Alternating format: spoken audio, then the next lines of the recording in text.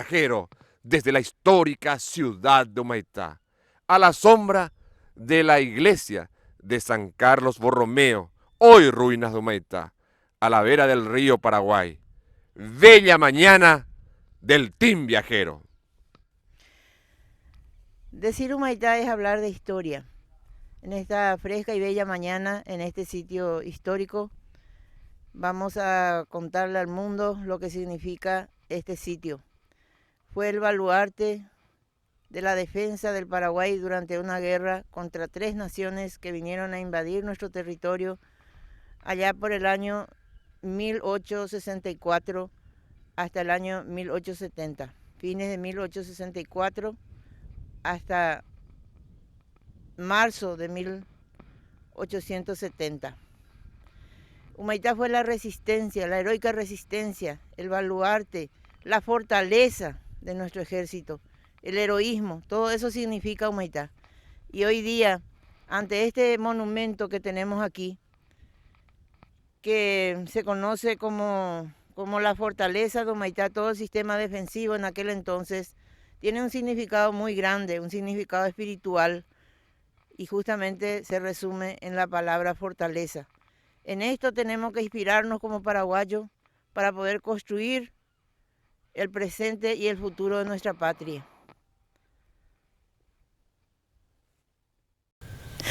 Como ya estábamos diciendo de que este templo tuvo 7 arcos, una entrada principal, estamos aquí frente a la entrada principal justamente. 3. Bueno, en relación a la iglesia de San Carlos Borromeo, que es principalmente, digamos, lo visible de Humaitá. Y muchas veces algunos alumnos y personas me preguntaban, ¿pero qué es lo que tuvimos en Humaitá? ¿Eran las ruinas eran ruinas jesuíticas? ¿Qué era? ¿Verdad? Te pregunta la gente. En realidad son ruinas efectivamente, pero no jesuíticas, son de un templo muy grande, considerado el segundo templo más grande de América del Sur después de la Catedral de Lima en ese tiempo, ¿verdad? Y que fue construida durante el gobierno de don Carlos Antonio López y que fue uno de sus estandartes principales, ¿verdad? Porque estamos hablando de que en la época de don Carlos Antonio López se inauguró también la vía férrea, y la otra que se inauguró con bombo y platillo fue la iglesia de San Carlos Borromeo, en honor a su santo, ¿verdad? Que era San Carlos Borromeo de don Carlos Antonio López, el 1 de enero del año 1861, es decir, 3 años antes del inicio de la guerra de la Triple Alianza. Esa iglesia de San Carlos Borromeo, que tenía unas proporciones descomunales para nuestro país, ¿verdad? Tenía una característica, un estilo arquitectónico propio, ecléctico, tirando a lo italianizante, relativamente parecido a otras construcciones contemporáneas que se hicieron aquí en Asunción, como el caso de la catedral, como el caso de la iglesia de la Recoleta, de la Santísima Trinidad, ¿verdad? Pero un poco más moderna, porque tiene por lo menos 10 años o 15 años más que estas que acabamos de mencionar, ¿verdad? Entonces tenía otra característica también, que eran las altas torres, tenían 3 torres, ¿verdad? La iglesia de San Carlos Borromeo, que podían servir también como mangrullo para visualizar el entorno que se tenía, ¿verdad? Porque recordemos que la zona de Ñembucú es una planicie donde no existen principalmente elevaciones, y montarse en esas torres lógicamente te otorgaba una ventaja táctica muy importante, ¿verdad?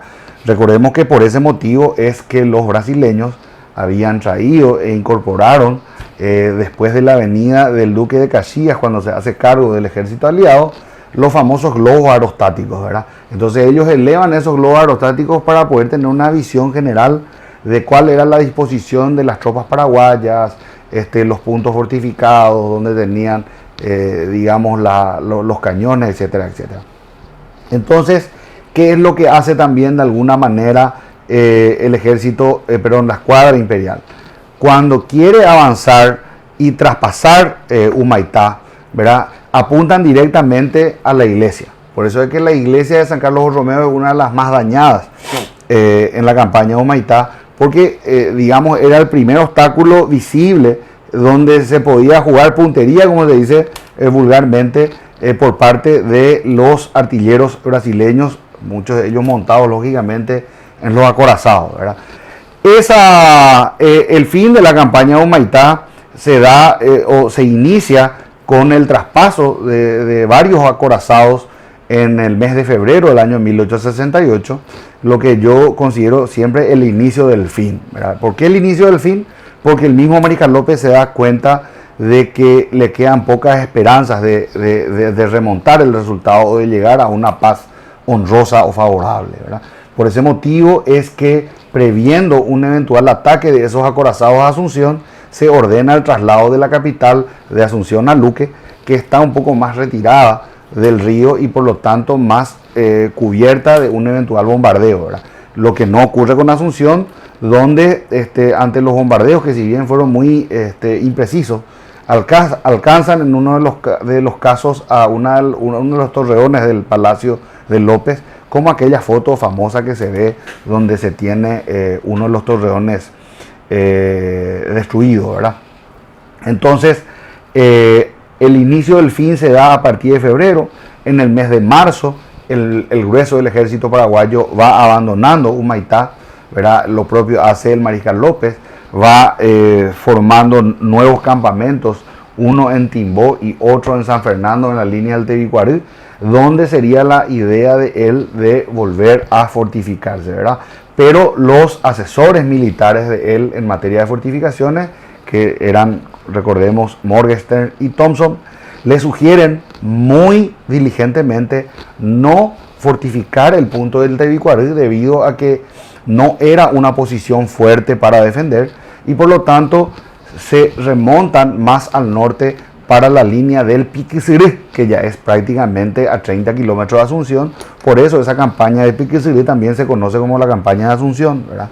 Pero en ese periodo de tiempo, desde febrero, marzo del año 68, se dan nuevos intentos por parte del Mariscal López de tomar algunos acorazados brasileños, que son los famosos abordajes de los acorazados, que son fallidos y que finalmente le convencen a López que tiene que abandonar la posición, ¿verdad? Entonces queda una pequeña guarnición en Humaitá a cargo del comandante Paulino Alén, quien en un momento de desesperación y después de rechazar varias intimaciones por parte del comando aliado, intenta sacarse la vida y no lo consigue. Entonces queda en el cargo el valeroso coronel Francisco Martínez, quien a partir de allí toma cargo de la fortaleza de Humaitá y sería el encargado de organizar la evacuación de la fortaleza, lo que se da entre la noche del 23 y la madrugada del 24 de julio del año 1868, aprovechando que en ese día se celebraba el natalicio del Mariscal Francisco Solano López. Entonces, entre vítores, gritos y una algarabía supuestamente como para poder demostrar que estaban festejando, de una manera más solapada, digamos, van evacuando las tropas paraguayas, que no son alcanzadas de ver por parte de los aliados, ¿verdad? Sino recién al día siguiente, cuando los aliados se dan cuenta ya la fortaleza de Humaitá había sido abandonada. Entonces es importante mencionar que Humaitá nunca cayó en poder del enemigo, es decir, no fue tomada a fuerza viva, ¿verdad? Humaitá, cuando es tomada por los aliados, ya estaba abandonada por parte de los paraguayos. Entonces se da un último capítulo en la península, enfrente de Humaitá, ¿verdad? Que se conoce como también como la batalla de Isla Poí, ¿verdad? Que dura varios días, donde las tropas famélicas al mando del coronel Martínez finalmente se rinden ante la intimación del coronel Rivas, argentino, ¿verdad? Quien menciona que nunca vio soldados tan valerosos y peleando con tanto coraje, incluso después de estar varios días sin probar bocado de alimento, ¿verdad? Entonces podemos decir que allí se cierra el capítulo de Humaitá. y se inicia un capítulo triste de la historia paraguaya, que es el tema de los famosos procesos de San Fernando, que se tienen desde allí hasta todo lo que es el inicio de la campaña de Piquisirí y que termina en la batalla de las Lomas Valentinas o la batalla de los 7 días. ¿Qué sabemos? Ingresamos al templo en sí, que tenía 46 metros de fondo. Actualmente vemos allí la construcción, o sea que el nuevo templo, como nosotros le llamamos, que termina también en arcos, y hasta allí iba el cimiento de este antiguo templo. 46 metros de fondo, 20 metros de frontis, repito, y la torre principal tenía aproximadamente 30 metros. En este mismo momento estamos en el templo mismo, dentro del templo que se construyó se inauguró en el año 1861 bajo el gobierno de don Carlos Antonio López para rendir culto a Dios. Y luego sirvió como un sistema defensivo para nuestra patria.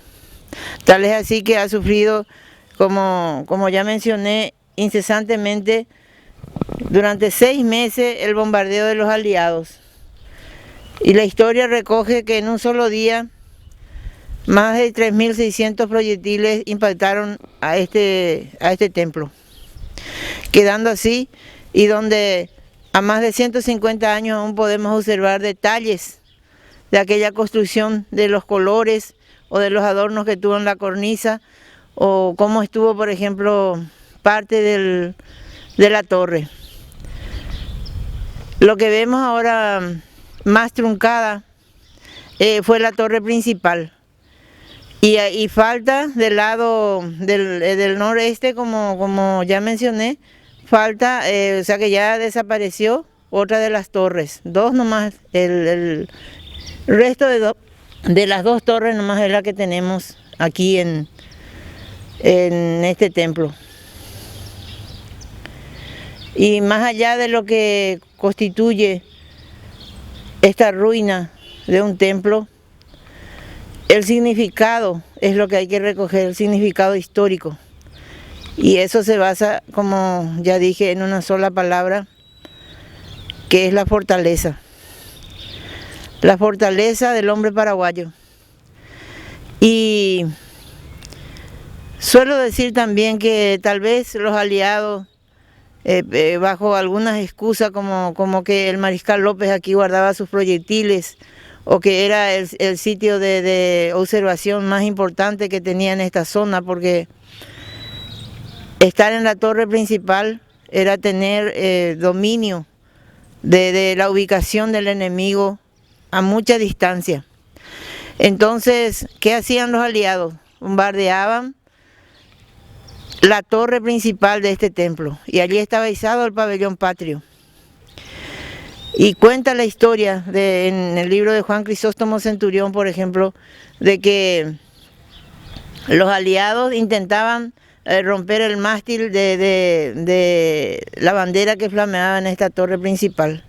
¿Qué hacía un soldado paraguayo si eso ocurría? Inmediatamente volvía a izar el pabellón patrio.